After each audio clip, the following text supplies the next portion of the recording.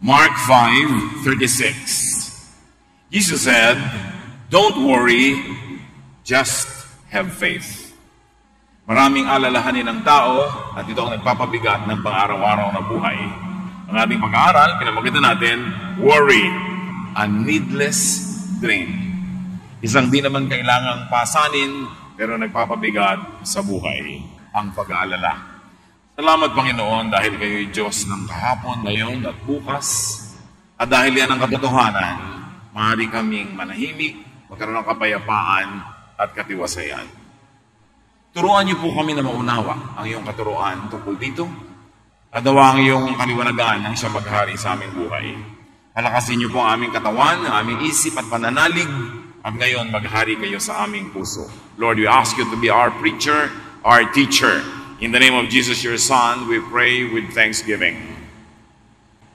Matthew 6:25-26, isa sa mga pinakamadalas pag-aralan na bahagi ng Gospels, pero napakakonti ng application sa buhay. Jesus speaks here, "I tell you to not worry about your life. Don't worry about having something to eat, drink, or wear. Isn't life more than food or clothing? Look at the birds in the sky. They don't plant or harvest. They don't even store grains in barns. Yet your Father in heaven takes care of them. Aren't you worth more than birds?" Maraming alalahanin ng tao na ang ending lang naman ay maradalas tungkol sa pera.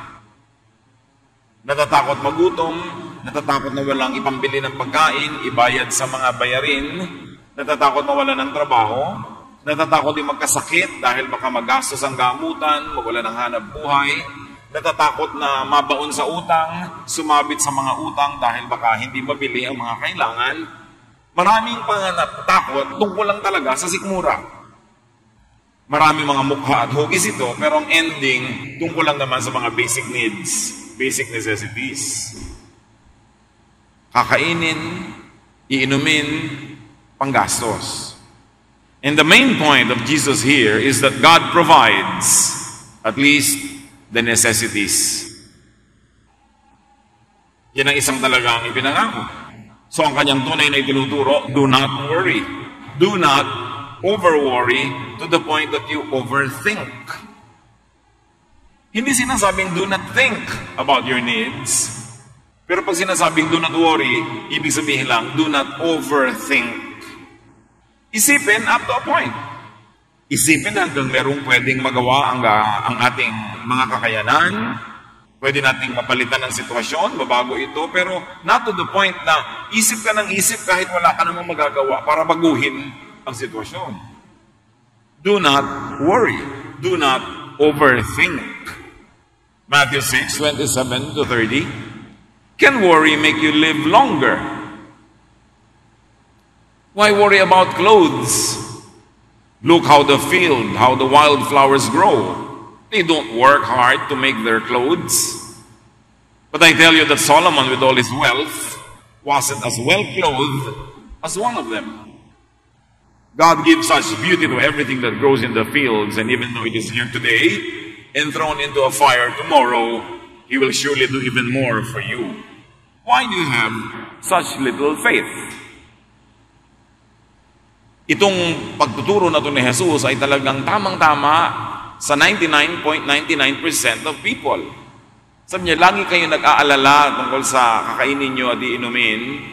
At dahil ngayon, cash economy na tayo, pwedeng sabihin, lagi kayo nag-aalala tungkol sa pera. Nakikita nyo ang mga ibon, pinapakain ng Diyos, mas mahalaga naman kayo kaysa sa kanila. At lagi kayo nag-aalala, anong isusuot natin? Hindi na lang ngayon basic needs, kundi yung mga anong itsura ko, anong aking image, anong aking packaging, maganda ba o pangit. Hindi na lang basta pagkain, masarap ba o hindi masarap. Yan, bakit kayo nag-iisip ng mga ganyan? Kitang-kita nyo na nga sa paligid yung mga damo, ang gaganda nila kahit hindi sila gumagawa ng tela. Hindi nila dinadamitan ng kanilang sarili, ang Diyos ang nagdadamit sa kanila, kaya ang gaganda nila. Kung yung mga damo, nasasandali lang ang buhay, dinadamitan ng maganda, kayo pa kaya? Bakit ang liit ng inyong pananalig? Here, Jesus has another main point. And he says, God also provides the embellishment, the beautification. Hindi lang ibinibigay ni Jesus yung pinaka-kailangan, may dagdag pang ganda at dekorasyon. Worry does not achieve anything good. Kung sa una sinabi niya, worry will not put food on your table, worry will not give you the money that you need, neither will worry beautify you. Hindi ka pagagandahin. Diyos pa rin ang nagpapaganda sa iyo. At sabi, kahit na mo'y pinapaganda, ikaw pa kaya na higit namang mas mahalaga. Napakalinaw ng ginawa niyang example, kasi napakalinaw din naman na nakakalimot tayo madala sa katotohanan na ang Diyos ang tunay na nagmamahal, nagpapakain at nagpapaganda sa buhay natin. Hindi pera, ni hindi kalusugan siya. Kahit walang kalusugan, pwede tayong mabuhay. Kahit hindi perfect ang buhay natin, tuloy ang buhay. Sino ba ang perfect ang health? Pagbalahat tayo, nagpasuri, nag-blood test, nag-x-ray, nag-ultrasound, ipina-check mo lahat, ang iyong ngipin, ang iyong gilagid, ang iyong mga balon-balunan, ang mga kuko mo, ang iyong balat. Sino ang perfect? Wala. Ang sinasabi ni Jesus dito, kahit hindi perfect ang buhay, kahit marami kayong gustong wala, tuloy din ang buhay, kaya huwag kayong mag-alala. Life goes on. At nakakapagtaka nga yung iba, matagal mo nang inaasahang nailibing, buhay pa pala. Ang tagal-tagal na isang bulati na lang hindi pumipirma sa kanyang death warrant. Naunahan pa yung isang sa kabilang buhay ng iba. You can never tell. Hindi ko mo ang tao ay walang trabaho, walang hanap buhay, ay wala na siyang future. Ngayon lang yon.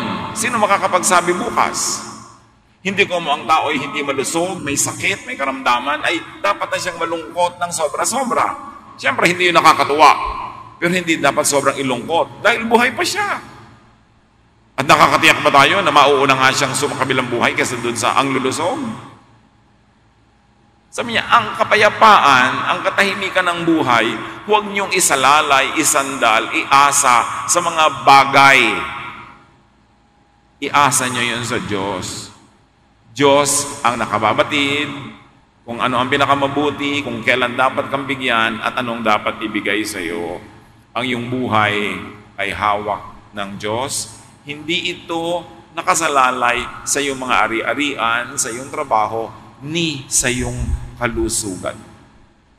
Matthew 6:31-33. Don't worry and ask yourselves, will we have anything to eat? Will we have anything to drink? Will we have any clothes to wear? Only people who don't know God are always worrying about such things. Your Father in heaven knows that you need all this. But more than anything else, put God's work first and do what He wants. Then the other things will be yours as well. Huwag kayong lagi mag-worry, mag-alala, mga problema. Anong kakainin ko? Anong iinumin natin? May isusuot ba tayo?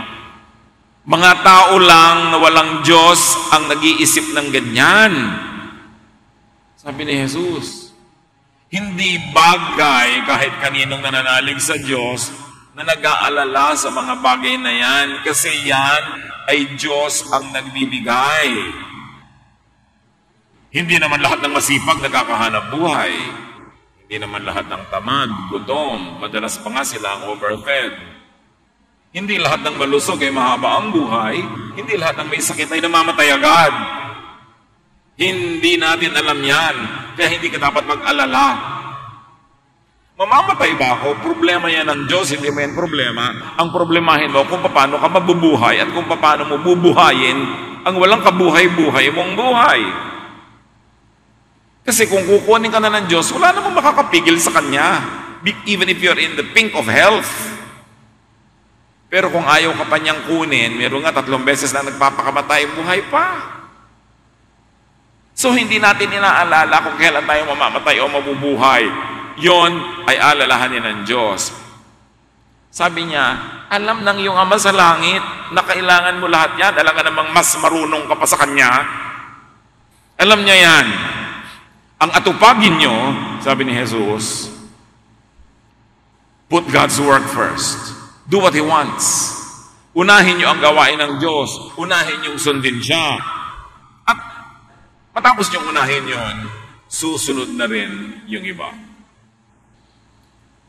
Worry is for people who do not have and do not have belief in God. Worry is for people who do not know what really matters. And what does matter? Jesus has another prescription. His main prescription is this: do not focus on your needs and your wants. Not even basic needs. Pag laging yan ang inisip nyo, mag-aalala talaga kayo, kakarinkles lang kayo. Meron na ba kayo talagang kilalang namatay sa gutom? Meron namamatay na empacho, na sobrahan. Kakakain, dumami sobrang kolesterol, dumami lang mga kung ano-ano mga masamang bahagi ng buhay. Pero kano karami na talaga yung namatay dahil sa gutom? Hindi proportionate yung numbers ng namamatay sa gutom sa number ng nag-aalala na mamatay sa gutom. Hindi tayo supported by statistics para magkaroon ng scientific basis ang ating pag-aalala. Pero pansinin nyo, ang teaching ni Jesus, sabi niya, huwag kayong mag-isip ng kakainin, iinumin, isusuot. It was very revolutionary. Why? Because during His time, 90% of the people were always hungry, sick, needy, almost naked. Kasi ang kayamanan ng buong sangsinukob, hawak lang ng royalty at ng konting ruling families. Karamihan ay mga alipin, mga patay gutom, isang kahig, isang tuka, halos walang maisuot o walang pambihis. At sa disyertong kinakalagyan nila, madalas ay halos walang mainom, maraming tagsalat, maraming mga gutom. Tapos sa setting na yon, sinabi ni Jesus, huwag nga yan ang pag-iisipin nyo, hindi yan ang mahalaga. Isipin nyo kung gaano ka revolutionary yung idea na yon. Samantalang, it seemed to be the most natural thing to worry about. Pero sabi ni Jesus, you are all wrong. Inuubos nyo ang inyong lakas sa mga bagay na hindi nyo dapat pag-ubusan ng lakas. It was a new idea because everyone was focused on necessities. Ang sabi ni Jesus, gusto nyo kumain, gusto nyo uminom, gusto nyo madamitan, pues, huwag pagkain, huwag inumin, huwag damit, ang isipin nyo. Diyos ang bahala doon. Ang isipin nyo ay kung paano bibigyan ng kasiyahan ng Diyos para bigyan kayo ng makakain, maiinom at itadamit. At ito ang inyong pagtuunan ng pansin, sabi ni Jesus. Kung talagang gusto nyo kumain, mabuhay, magkaroon ng mga pangangailangan, focus on doing God's work, on what God wants. Pag ginagawa mo ang gawain ng Diyos, empleyado ka ng Diyos. Pag empleyado ka ng Diyos, hindi problema na Diyos sa pasweldohan ka. Pero hindi mo ginagawa ang gawain ng Diyos, hindi ka empleyado ng Diyos, hindi mo isinusuko ang sarili mo sa Diyos, paano mo inaasahan at bibigyan ka ng Diyos ng mga pangangailangan mo? Kaya sabi niya, kung gusto niyo maging secure, huwag kayong mag-alala tungkol niya sa mga bagay na yan. Ang atupagin niyo, sundin ang kalooban ng Diyos, gawin ang kanyang gawain, at lahat niyang gusto niyo, bunga lang yan. Pag tama na ang inyong pananalig, bunga lang yan. Pag natutuwa na sa inyo ang Diyos, bunga lang yan. Pag maka-Diyos na kayo, hindi yan ang pataba. Bunga lang yan. Ang pataba, sundin nyo ang kalooban ng Diyos. God's works, pag pinag-uusapan ng God's works, iniisip agad ng iba, mag-charity, mag-misyon, magpakain ng mga mahihirap. Yes, God's work yon. Pero hindi lang yun ang God's work at hindi yun ang tinutukoy ni Jesus dito. God's work is not always ministry or service or sacrifice, though all of those are really part of God's work. But what is God's work that will change your life, that will bring God's blessing? The real work of God. Dalawa kasi ang work of God eh. Yung panglabas, yung nakikita, yung nagagawa ng kamay at paa, yung pagtulong sa mahihirap, pagsasapog ng salita ng Diyos, yung pagmamahal sa kapwa. Gawa yan ng Diyos. Pero panglabas, ang mahalagang gawa ng Diyos na madalas ay hindi natin napapansin kasi busy tayo doon sa panglabas na gawa ng Diyos, yung pangloob. It is the coming, the reign, and the fruition, the fulfillment of God's kingdom in your heart. Remember that God's kingdom is our heart. Pag sinabi natin na palawakin ang kaharian ng Diyos, laging iniisip natin, mag-convert na mga tao, dumami ang mga believers, dumami ang mga charities, dumami ang mga pagtuturo. Yes, that's part of it. But that is the outward kingdom of God. And most of the time, we neglect the inward kingdom of God. At yung paggawa natin sa kalooban ng Diyos, hindi lang sa labas, kundi mas mahalaga sa loob ng ating puso. Doon tayo mapapalinya sa kalooban ng Diyos, doon tayo malalagay sa path of blessings, at doon susunod bilang bunga ang mga pagkain, ang mga inumin, ang mga damit. Ang sinasabi dito ni Jesus, huwag laging panglabas na religiosity ang inyong atupagin, puro pagtitiis, puro pagsasakripisyo.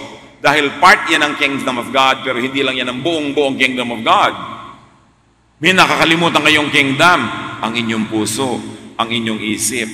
Dapat dun nyo rin sundin ang kalooban ng Diyos. Pag sinabi ng Diyos, pakainin mo ang mahihirap, sumusunod ka. Dalawin mo ang mga prisoner, sumusunod ka. Pero pag sinabi niyang, manalig ka, papayapain mo ang iyong loob, sumusunod ka ba? God does not only want to be the king of the kingdom outside of our hearts, but more importantly, He wants to be the king inside our hearts, our minds, our thoughts. And Jesus is saying here, you want to be well provided for? First, refocus your energy from worrisome thought to godly activities and growth. Refocus your energy from overthinking to becoming godly, to becoming like God. Imbes ubusin mo ang iyong lakas ang kaalala, wala naman nangyayari. Kaiisip, wala naman nangyayari. Ituon mo ang iyong pansin sa pagiging makadiyos sa loob ng iyong puso. Maraming application yan. Ipinapayo ni Jesus sa kanyang reseta, gumawa ng maganda kaysa mag-isip ng pangit. Nagwo-worry ako. Anong gagawin ko? Gagawa ako ng maganda para ko kung maisip itong pangit na iniisip ko. Natatakot ako. Anong gagawin ko? Magmumukmok? No. Gagawa ako ng tama para itong maling iniisip ko ay mapalitan, matanggal sa utak ko, at maging busy ako sa paggawa ng tama na mawala na ako ng espasyo para sa mga iniisip kong nakakatakot lang at wala namang nangyayari. In other words, Jesus is saying, replace bad thoughts with good deeds. Kung tayo natutokso ng masama, huwag kang isip ng tukso na yon. Get busy doing something good. The law of impenetrability says only one thing occupies one place at one time. And so if you want to drive away ungodly, worrisome, fearful thoughts in your mind, fill your life with good activities. Hindi naman pwede magkasabay yun eh, isa-isa lang. Pag nagsisimula ka na mag-alala, kapatid, get busy doing good. Ayan, nag-iisip na ako, wala kaming pera. Ayan, nag-iisip na ako, baka ako magkasakit. Ayan, nag-iisip na ako, baka hindi ko mahulugan yung hulugan kong lupa. Ayan, nag-aalala na ako. Pag nagsisimula na yon, umanap ka ng magagawang tama para maging abala ka sa tama at hindi ka abalahin ng mali. And here, doing good does not always mean being charitable, being kind, sacrificing. Although that is doing good also. But here, doing good could mean letting God rule your heart. Madalas kasi, ang pakahulugan natin sa paggawa ng mabuti, laging may ginagawa ka. Pero nalilimutan natin na isa sa mga pinakamagandang magawa yung ang Diyos ang payagan nating gumawa sa loob ng ating puso, sa loob ng ating isip, at baguhin niya ang paraan ng ating pag-iisip. Kasi kung nag-aalala ka, matatakotin ka, warrior ka, kung ano pa, magiging busy ka, charity, kakakanta sa choir, kakatituro sa Bible study. Yes, up to a point, nakakalibang. Up to a point, nagiging busy ka doing good. Pero mamaya, pag nag-iisa ka, magbabalikan uli sa iyo yung mga fear. Magbabalik uli sa iyo yung mga takot. Kasi ang totoo, in-entertain mo lang yung sarili mo sa ministry. Kaya hindi ko ina-encourage sa mga tao na gamitin yung ministry bilang entertainment. Pwede po bang maglingkod sa Sunday School? Bakit? Naiinip po ako. Nood ka na lang ng TV. Kasi kahit magturo ka sa Sunday School, pag uwi mo sa inyo, mainip ka uli. Pwede po bang sumama ako doon sa nagbabalot ng mga relief goods? Bakit? Kasi po nangungulila ako eh. Pag uwi mo sa inyo, di mangungulila ka lang uli. Gusto mo na mawala ang iyong pangungulila, gumawa ka ng mabuti. At ang gagawin mong mabuti, hayaan mong pagharian ng Diyos ang utak mo para maimantak mo ng iyong utak. Para hindi ka naiinip, hindi ka nalulungkot, hindi ka nag-aalala. Kaya may ginagawa kang charity o wala. Pero pag ginawa mo yung religious work na entertainment para lang ituon ang pansin mo mula sa yung mga nakakatakot na ideya, maya-maya, pabalik-balik din yun.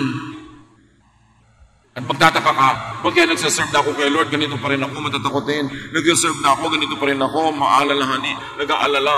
Kasi, naghanap ka lang ng libangan. Panglabas lang yung ginagawa mo, hindi pang loob. Dapat ang magbago, yung loob. Bagamat, nakakatulong din na nagbabago yung labas. Pero panandalian at artificial. Maganda yung may ginagawa ka sa labas, tapos may ginagawa ka rin sa loob. Pinapalitan mo ang paraan ng iyong pag-iisip. Kaya kung minsan nakakantsawan ka, ganyan ba ang Christian? Ang takal-takal mo na nagbabible, ang laki-laki ng Bible mong hawak, ganyan pa rin ugali mo. Hindi naman kasi nagpalit ang pag-iisip ko napalitan lang yung schedule ko, mami. Ganun na katotohanan. Kaya mga barumbadong anak, kahit nagka-camping, Christian ka, barumbado pa rin. Kasi nagkaroon lang siya ng good activity, pero hindi napalitan ng thought. So sisingit at sisingit, babalik at babalik din yun. Kaya madalas tayong nakakantsawan ng iba. Ang tagal-tagal ba na sa church, ganyan ka pa rin. Paano? Naglibang lang naman ako doon. Ginawa ko ang sarili kong busy katatrabaho, thinking, nakatatrabaho ko, paghihimalaan ako ng Diyos. No. Ang paghihimalaan ng Diyos na gaganap, nagpalit ka na ng pag-iisip. Hindi sa pagpapalit lang ng activity. Pagkamat yung pagpapalit ng activity, nakakatulong yon. It can put you in the right path para yung isip mo sumunod na magbago. Pero kahit nagasgasin mo ang tuhod mo kaluluhod, kahit magtatalon ka na hanggang kisame kadadasal at kalulundag kang kawa-worship, kahit na paggurin mo ang sarili mo sa lahat ng ministry, pag hindi ka nagbago sa loob ng iyong puso, walang katuturan. Because the real kingdom of God is inside the heart. At ang tunay na godly activity, hindi lang yung panglabas na charity and service, kundi yung pagsusuko ng paraan ng pag-iisip para sumunod ito sa pag-iisip ni Jesus. Kaya sabi niya sa Matthew 6:34, don't worry about tomorrow. It will take care of itself. You have enough to worry about today. Gaano karaming Kristiyano, kahit Sunday school principal, o teacher, o pastor, o singer, ang hindi nag-aalala tungkol bukas. Therefore, hindi tinatablan. Busy lang sa ministry, pero ang puso, takot pa rin at nag-aalala, hindi pa busy sa tunay na work of God. Because the work of God is outside, yes, but the more important work of God is inside the heart. So retrain your sight from the future, which is unmanageable, to the very present here and now, which is manageable. Yan ang payo ni Jesus. Iniisip mo yung bukas. Bakit? Nandun ka na ba? Wala pa po. Meron ka na bang mapapalitan tungkol sa mangyayari bukas? Hindi pa nga nangyayari? Wala po. Ba't ka isip ng bukas? Di ka ba nagsasayang ng oras at pagod yan? Ang hawak mo lang, itong minuto na ito. Hindi mo nga alam kung next hour buhay ka pa. Ang hawak mo lang, itong minuto, segundo na ito. Ito ang pwede mong baguhin. Ito ang pwede mong i-influence. Dito ka mag-operate. Do not operate on the past. Pag sobra ka sentimental, wala kang iniisip kundi yung past, malulungkot ka lang. Nakakalungkot ang nakaraan. Nakakatakot ang kinabukasan. Yung isip ng nakaraan, malulungkot. Yung isip ng kinabukasan, matatakot. Kaya sabi ni Jesus, ang atupagin mo, yun lang ngayon. Wala ka bang makakain ngayon? Meron naman po. O yun pala. Hubad ka ba ngayon? Meron naman pong damit. Yun pala. Pag nauhaw ka talaga ngayon, may mainom ka, meron naman po. O ano problema mo? Iyon pong bukas. Bukas mo na problemahin yun. Alam nga naman, yung iinumin mo bukas, ibigay na sa iyo ngayon. Yung iinumin mo next week, ibigay na sa iyo ngayon. Alam niyo kung ano mangyayari? Malulunod kayo. Pag ininom nyo sabay-sabay, yung lahat ng iinumin nyo dapat sa future pa lang. At ganun ang nangyayari sa mga matatakotin, nalulunod. Kaya ang dapat disiplinahin, ang isip. Pag heto lumulubog na naman ang araw, naaalala mo lahat ng mga mahal mo sa buhay na namatay, malulungkot ka talaga. Sundan mo na, magpaliping ka na, sige na, para magkasama-sama na kayo. Ayaw mo naman, tigilan mo na kaiisip. Pag kumakatok na sa utak mo yung mga lungkot, mga alaala, gunita, of the good old days mo, lumayas ka dyan, tapos ka na. Pagka kumakatok sa iyo yung bukas, ano kakainin yung bukas? Magbabayad ka ng Meralco next week. Ganyan. Next week pa yun, umalis ka dyan. Ang gagawin ko ngayon, maghahanap buhay ako ng kaya kong gawin. Mag-iipon ako ng kaya kong ipunin. Mag-i-enjoy ako ng kaya kong enjoyin. Because God's blessing for today is enough for today. But if you divided God's blessing for today between your needs today and your needs tomorrow, it will never be enough. Because your needs for tomorrow will get from God the supply tomorrow. Ngayon, kung yung lakas ng loob mo ngayon, hahatiin mo pa sa ngayon at sa nakaraan na, kulang na naman. Kaya ang tao, laging kulang. They don't focus on the here and now. Kahit yung mga nagkaroon ng bagong boyfriend, ang saya-saya sa simula. Kasi present lang siya. Nung nakalkal mo na sa Facebook yung mga dati niyang post, nalaman mo yung dati niyang girlfriend, lumulungkot ka na. Tapos na nga yun ikaw nga ang present. Kaya nga ang tawag doon, X. Bakit pati X, hinuhukay mo pa? Lulungkot ka. Tapos nakita mo lang na may makakasama siya sa outing next week ng company nila, nagsisimula ka na magselos. Wala pang nangyayari. 99% of your worries are only in your imagination.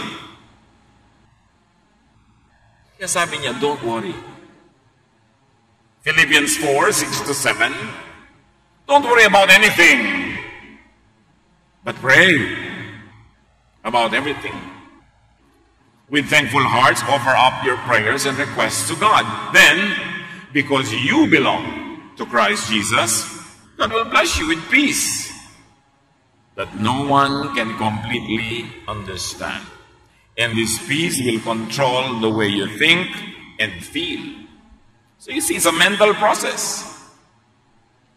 Religiosity is concerned about activities. Spirituality is concerned about thoughts. Ang relihiyoso, maraming ginagawa yung katawan. Gumagapang, tumatalo, naglilingkod, kung ano-ano, yumuyuko. Pero ang spiritual, sa isip, umaandar ang lahat. Nilulupig, ginagapi niya ang mga negative thoughts. Pinagtatagumpay niya at pinananaig ang mga positive thoughts. Dahil ang utak natin ang tunay na trono ng Diyos. Pero pag ang pinaupo mo doon si Satanas, ang nagiging bunga sa utak mo, takot, pag-aalala, pangamba, selos, lahat na. Kaya sabi ni Jesus, hayaan mong ako ang maghari sa iyong puso. Sabi ng Philippians, gusto mo mag-alala, libangan mo mag-alala, huwag na lang, manalangin ka na lang. Ganon din naman yun eh. Pag-aalala ka, manalangin ka na lang. At ang panalangin mo, mapagpasalamat ka. Mag-roll call ka ng mga blessings sa buhay mo. At iparating mo sa Diyos ang iyong mga kahilingan, hindi dahil hindi niya alam, dahil alam na niya yun, just to make yourself feel good, na nasabi mo, naihinga mo. Pero kahit hindi mo sabihin, alam na niya yun. Do not pray to inform God. Kaya maraming prayer, therapeutic lang. You feel good. It's for your consumption. It's not for God's information. Sabi niya, pag nanalangin ka, ng totoong panalangin, tunay na nagpapasakop ka sa Diyos, paghaharian ka ng kapayapaan. Matitiwasay ka. Matatahimik ang iyong loob. Sa paraan na di kayang maintindihan ng sanlibutan. Kasi ang sanlibutan, warrior. Hindi ka nila maintindihan kasi nasa ibang level na ang iyong utak. Sabi, at pag naghari na ang kapayapaan sa iyong puso, yun dapat mauna. Ang bunga ng panalangin na totoo, kapayapaan. So niya, pagpayapa ka na, yung kapayapaan na yan, ang siyang maghahari sa paraan ng iyong pag-iisip at sa iyong damdamin. The peace from God, because of the prayer of faith, will control the way you think and feel. So pray instead of worry. Yung natutokso ka na mag-alala, magdasal ka. And be thankful instead of worried. So, imbes na isa-isahin mo ang iyong mga pangangailangan na nakakatakot, isa-isahin mong pasalamatan ang lahat ng naging pangangailangan mo na ibinigay naman ng Diyos, kaya buhay ka pa nga ngayon. Imbes nagre-reklamo yung utak mo, palitan mo ng pagpapasalamat. Imbes nagtatanong, lagyan mo ng exclamation mark ng thank you, Lord. Kailangan ko po ng tubig. Ay, hindi pala yun. Lord, alam nyo na nga palang kailangan ko ng tubig. Lord, salamat po sa balde-balde, drum-drum, dam-dam na tubig na nainom ko na mula noon hanggang ngayon. Pag naalala mo ang lahat ng kabutihan sa iyo ng Diyos, lalakasan yung pananalig na naging mabuti siya noon, magiging mabuti pa din siya bukas, matatahimik ka. Yung Lord, wala po akong sapatos na pula. Ay, Lord, salamat po pala dahil narigyan ako ng sapatos na red, orange, green, indigo, blue, violet, rainbow na pala ang mga naging shoes mo noon. Wala ka lang ngayon ang gusto mong style, yun ang pinofocus mo, kaya ka nagre-reklamo sa buhay. Ipagpasalamat mo nga na meron kang paa. Ay, wala nga pala akong sapatos, pero may paa naman ako. Thank you, Lord. Kaya pagka tayo nag-aalala, ang una mong gawin, manalangin ka at isa-isahin mo ang lahat ng dapat mong ipagpasalamat sa Diyos. At sa haba nakatulog ka na lang, nakalimutan mo na mag-alala. Alam niyo kung anong tunay na magandang gawin? Pag may takot, pag may alalahanin, just survive the moment. Just survive the minute. Patalsikin mo yung negative idea, punuin mo ng positive, mamaya wala na yun, iba na yung mood mo, tapos na. Kailangan mo lang makalampas. Pero pag may negative idea ka, may takot, tapos in-entertain mo pa, dinagdagan mo pa ng drama, lalo ka pa nagreklamo sa Diyos, lalong lulubog ang iyong kalagayan. So it's all in your mind. That's why you have to control your mind. The true work of God, half lang yung mga panglabas ng mga charity, kindness, ministry. The true work of God that we should allow Him to do, and we should cooperate in making Him do, is to change our mind. And God will bless you with peace. Sabi ng Philippians, not with your specified solution or answer to your worry. Diba sabi, and God will give you peace? Hindi naman sabi, and God will give you what you ask for eh. Pag nanalangin ka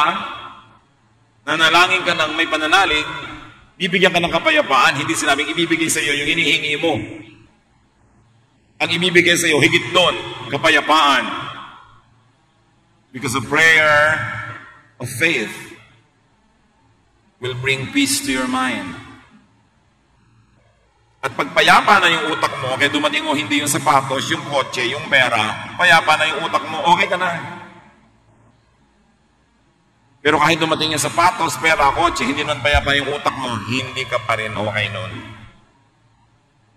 Yang mahalaga, our state of mind. God will bless you with a change of mind and heart, not of a change of situation. Ang dapat nating hihingin sa Diyos at payagan ng Diyos na gawin, yung mapalitan, hindi yung ating kalagayan, kundi mapalitan ang ating pag-iisip. Kahit nakakulong ka sa loob ng isang preso, kung malaya ang espiritu mo, hindi mo yun mararamdaman. Pero kahit ang laya-laya ng katawan mo, pero nakakulong ang iyong espiritu, isa kang bilanggo. At maraming bilangguan ng isip. Ang dami-dami mga tao, kahit nagapangan ng isip, ng ipis, tirahan ng ipis ang kanilang mga tenga, gapangan ng buhok, bali wala lang. Pero meron takot na takot. The same ipis, magkakaibang tao, ibang effect. Kasi yung takot, prisoner yon. Ano mga kinakatakutan natin? Yun ang ating mga pulungan. Itatanong mo, bakit takot na takot ako sa ipis? Yung kapatid ko hindi. Naupa na nga niya, napisa na yung ipis, hindi pa niya napansin. Bakit siya tahimik? Ako hindi tahimik. Kasi natatakot ka. Paano ka matatahimik? Ipanalangin mo mawala ang ibig sa planeta. Imposible yun. Ang ipanalangin mo, mawala yung takot mo. Baguhin mo ang iyong isip kaysa baguhin mo ang mundo. Baguhin mo yung attitude mo tungkol sa iyong asawa kaysa panalangin mo, baguhin siya ng Diyos. It's all in the mind. And when you have faith and you pray, God will bless you with serenity that is beyond logic or comprehension, that is beyond common sense. The real blessing is change inside the mind, not in outward or outside events. Ang tunay na pagpapala hindi yung yumaman ka. Ang pagpapala na bago ang pag-iisip mo na feeling rich ka, kahit hindi ka rich, di feeling rich ka, masaya ka. Pero kahit rich ka, tapos hindi ka feeling rich, you're feeling miserable, you're feeling poor ka kahit ka bilyonarya. It's the feeling that matters, not the outside reality. Kahit ang bahay mo, palasyo, hindi ka nasisyahan, miserable pa rin ang feeling mo. Yung nakatira sa simpleng bahay na nasisyahan, mas maganda ang pakiramdam nun kaysa doon sa hindi maganda ang pakiramdam na mayaman. Pero kung mayaman ka na, tapos maganda pa yung kalooban mo, di doble blessing. Kaya yung mga mayayaman na, pinayaman na ng Diyos, binigyan na ng kagandahan, binigyan ng kasikatan, ng kapangyarihan at ng pera, tapos hindi pa rin kayo kontento, mahiya-hiya naman kayo sa Diyos. Binigyan ka na ng maraming pera pa rin ang worry mo. Ba't hindi ka na lang magpa-facial grafting at palagyan mo ng peso o dollar sign ng iyong mukha kasi mukha kang pera. May pera ka, tapos pera pa rin yung worry mo, nakakahiya na yan. May asawa ka na, may pamilya ka na, may anak ka na, ang lungkot-lungkot mo pa rin sa buhay. Yung iba nga, ulilang lubos, walang pamilya, walang asawa, walang anak, ikaw ang dami-dami mo ng mga tao sa paligid mo, puro ka pa rin reklamo. Nakakahiya na yan. Umasenso ka na, naiingit ka pa doon sa mas mataas sa'yo. Mali na yan. Hindi yung mga bagay sa labas ng ating puso ang mahalaga, kundi yung mga iniisip natin sa loob ng ating utak. Yun ang nagpapasaya. Yun ang nagbibigay ng kapayapaan at katahimikan. That's why real spirituality is about change in the way we think.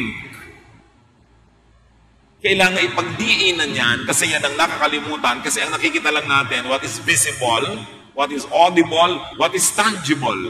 But real spirituality cannot be seen. It happens in the mind. Your mind, your thought is your immediate, effective, and working reality. Your thought is your reality, not the outside world. Kasi, Kung nasa elevator ka at takot na takot ka, yung iba hindi.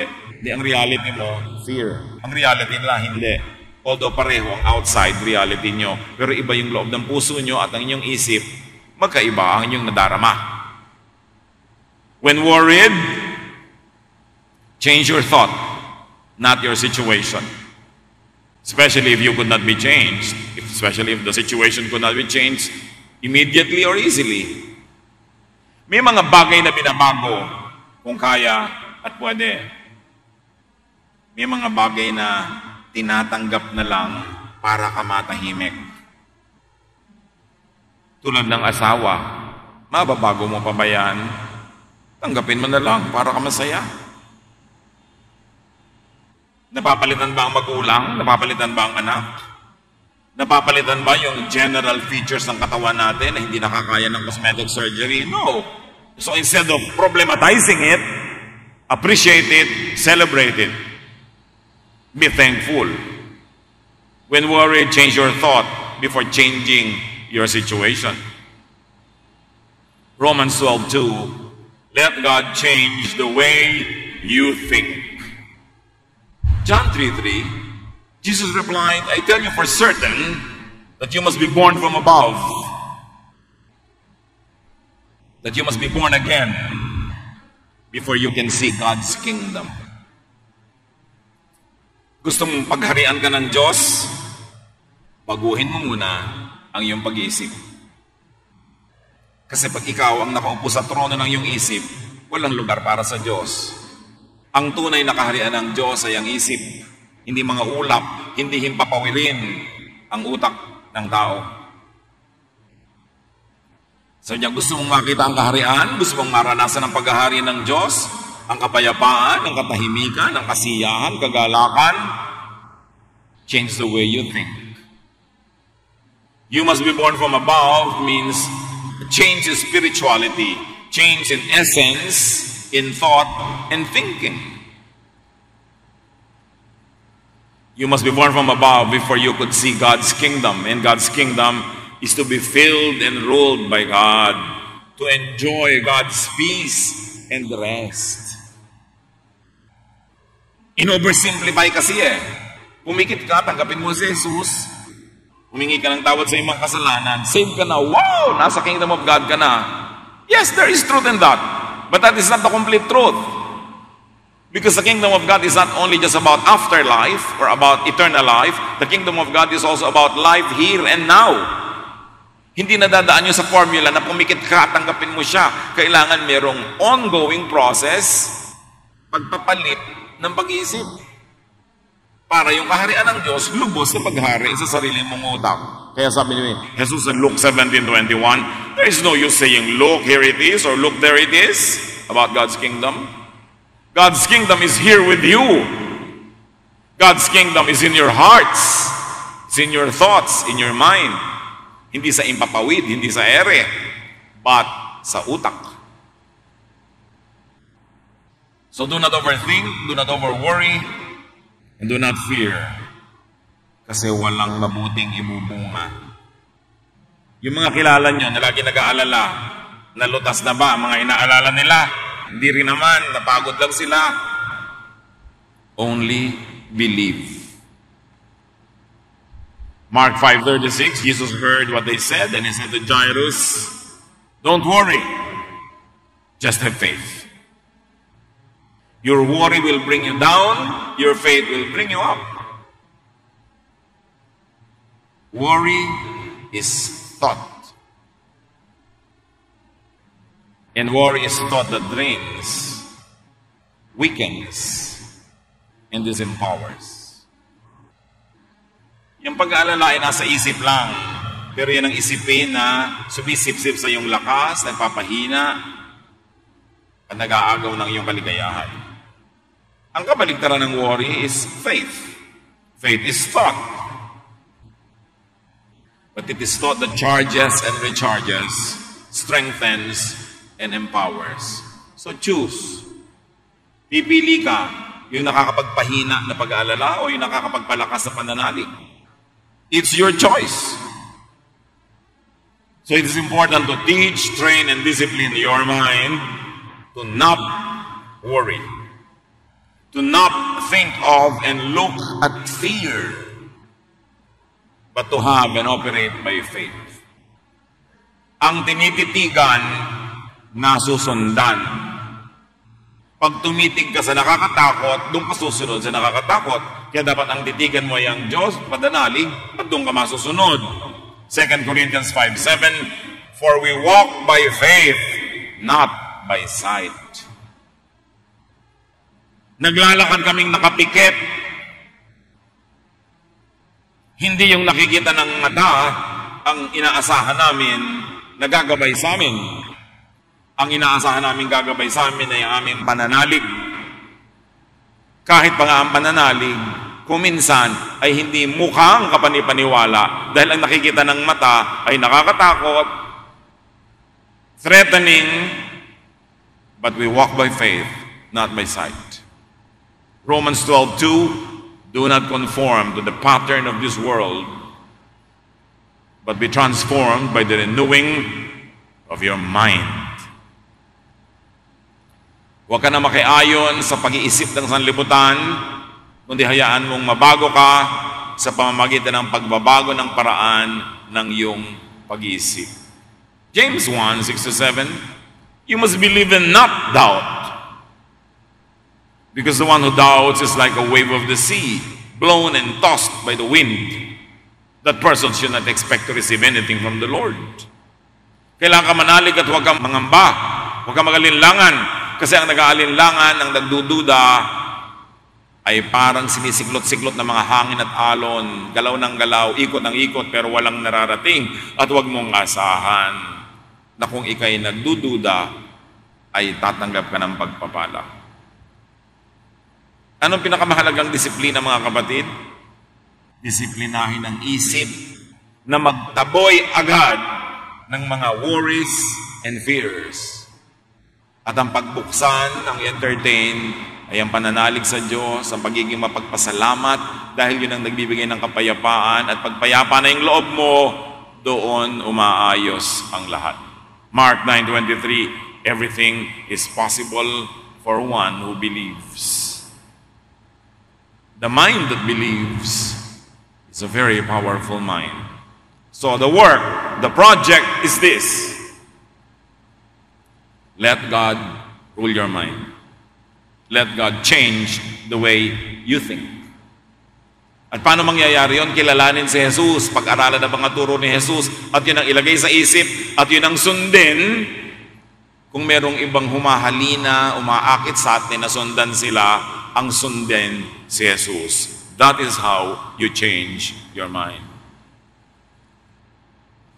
Ang pagbabago ay laging may dalawang nagaganap.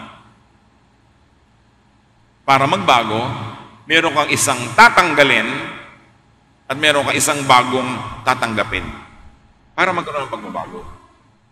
So sa utak mo, ganito ka mag-isip, tatanggalin mo yon, papalitan mo ng ibang paraan ng pag-iisip. Sasabihin mo, talagang ganun ako mga tuwiran. Hindi ka magbabago. Para magbago yan, yung dati mong pangangatwiran, itatapon mo at lalagyan mo ng bagong pangangatwiran. Pangangatwiran ni Jesus. Ngayon, kung may dati ka ng pangangatwiran na maka-Jesus na, hindi mo na dapat palitan. Pero maraming dapat palitan. Change is giving up something and replacing it with something else. Change is giving up the old and replacing it with the new. Pag dalawang bibe ang hinabol mo, wala kang aabutan ni isa. At ganoon din yun. Dalawang isipin, dalawang paraan ng pag-iisip, ang pinagkakasya mo sa iyong utak, walang mangyayari. You have to focus on only one. Focus on Jesus. Kaya sabi niya, unless a man is born again, unless a man is changed in the way he thinks, yun ang ibig sabihin ng born again, ha? Hindi ibig sabihin ng born again, ay, nagpapaptize na ako, ay, may dala na akong Bible, ay, nagsa-Sunday school na ako. Mga bahagi lang yun ang magiging born again. Ang tunay na born again, napapalitan ang pag-iisip. Unless a man is changed in the way he thinks, he cannot see the kingdom of God kasi may takip ang kanya mata, and he cannot enjoy godly peace. Why worry and be drained when you can believe and pray. It's your choice. Aming Diyos, pakalinawin mo sa amin na pumipili lang naman kami kung mag-aalala o magtitiwala, kung magrereklamo o magpapasalamat, kung mag-iisip o mananalangin.